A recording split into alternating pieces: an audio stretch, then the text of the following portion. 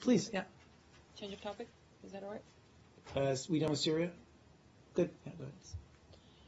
The Dutch Public Prosecution Service wrote a letter with an update on their investigation into the downing of MH17. And in that letter, prosecutors write that the investigation does not have A, any raw radar data, and B, any images of the location from which a missile was launched due to clouded sky at the time. Yesterday, this letter from the Dutch prosecutor's office was widely discussed in the Dutch parliament. And here's what the Dutch MPs brought up.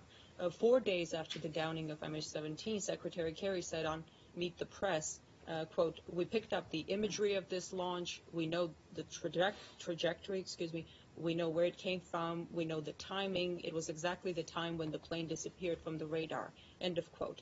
It seems that the U.S. has everything that the Dutch investigators don't have right now, almost 2 years after the downing of MH17. So my question is, has the U.S. provided Dutch investigators with the data that Secretary Kerry said the U.S. had? I believe we have collaborated with the Dutch in their investigation. To what level of detail, I just don't know. And specifically on radar data? I would assume we'd, in spirit of transparency, share whatever information we had. But we've always said that this is a Dutch-led investigation. We've also been clear about expressing what we believe happened and transpired with the downing of that aircraft. But we have supported the Dutch in carrying out, as I said, a transparent investigation of their own. I know we've collaborated with them. I just don't know to what level we've shared information with them. I'd have to look into that. Well, I don't have it in front of me. Sorry. Well, the Dutch parliament grilled their officials over why investigators don't have that data. They're saying they don't have it. They saw Secretary Kerry's comments. They saw the prosecutor's letter.